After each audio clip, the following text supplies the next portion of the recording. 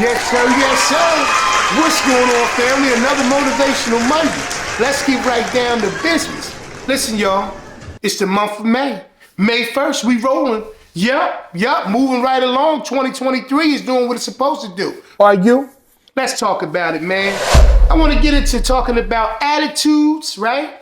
Gratitude, magnitude, but more importantly, our pride. It's time for us to put our pride to the side, y'all. We have to understand that if we're going to get anywhere in this world, as great as it is, to be strong, confident, and really all into what you know that you're capable of doing and building yourself up, the truth of the matter is, we all need support. You know, I tell people all the time, motivation isn't magic. It's a mindset. It's a wisdom. It's an understanding. It is a dedication. It is a multitude of different things. And honestly speaking, it's going to take a multitude of different people to make it all become a reality. So let's talk about this attitude things, right? The attitude that we're talking about is, the definition is basically, relying on someone or something or, them and their behaviors towards a particular situation, right? When they become settled in how they feel.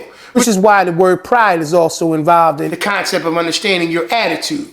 So a lot of times we have opportunities to do some amazing things, but we're so preoccupied with doing it our way that we block the good information, right?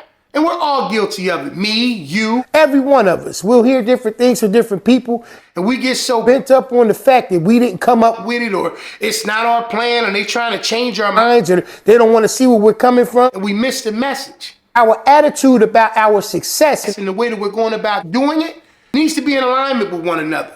We need to figure out what exactly we need to be able to draw from any conversation and any interaction that we have with anybody.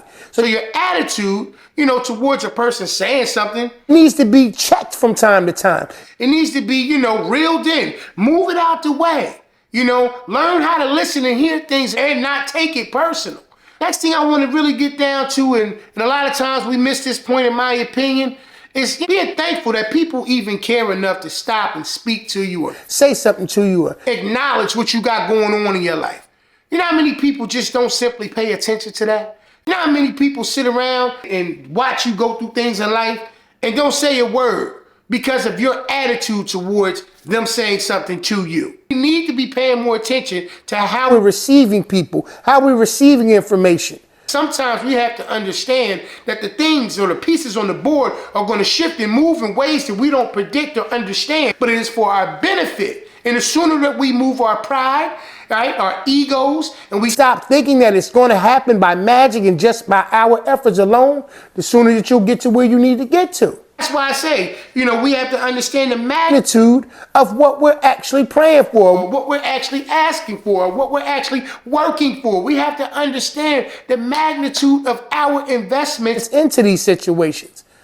How much are we tripping over our own feet? How stubborn are we to believe that we're going to get to everywhere we want to get to without any help? It's just not possible. Last week we discussed talking that talk and walking that walk. And I believe that, that is a key, component to your success. Don't get me wrong. Yes, your actions and your words must meet. But that doesn't mean you block out the world. That doesn't mean that you allow your pride to, make it, you become deaf to what people are saying. Every great idea, needs some support. Every one of them. And it ain't gonna all come from us. Yes, we have to show the universe that we want things by actually putting our feet on the ground and, activating our words into our responses and our movements. Absolutely, we have to do those things. But we also have to be intelligent enough to know that we're going to have to remain students along the way.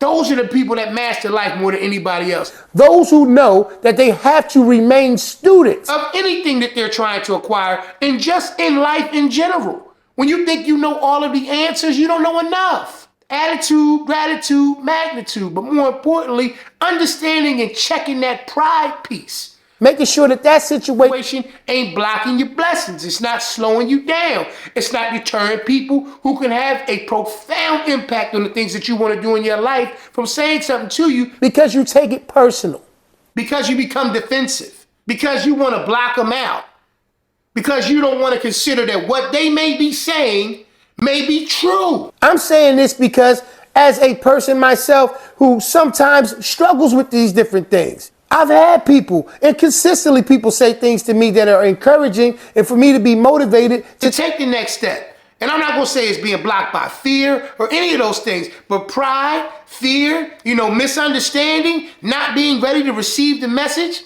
all of those things factor in. And at the end of the day, you ain't gonna do nothing but hurt yourself. Listen, as I say each and every single week, have a great and an outstanding week. Tap into your greatness. Make sure you're paying attention to your attitude, showing plenty of gratitude, understanding the magnitude of everything that you're doing. And more importantly than anything else, check that pride, put it to the side, and don't miss your opportunities and your blessings. Have a great one, y'all. I will see y'all next week. All right, family. Peace.